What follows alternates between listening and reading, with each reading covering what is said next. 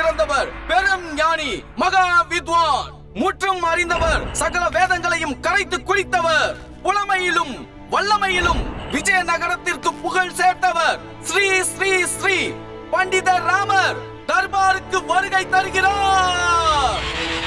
பண்டிதர் ராமர் வாழ்க! பண்டிதர் ராமர் வாழ்க! பண்டிதர் ராமர் வாழ்க!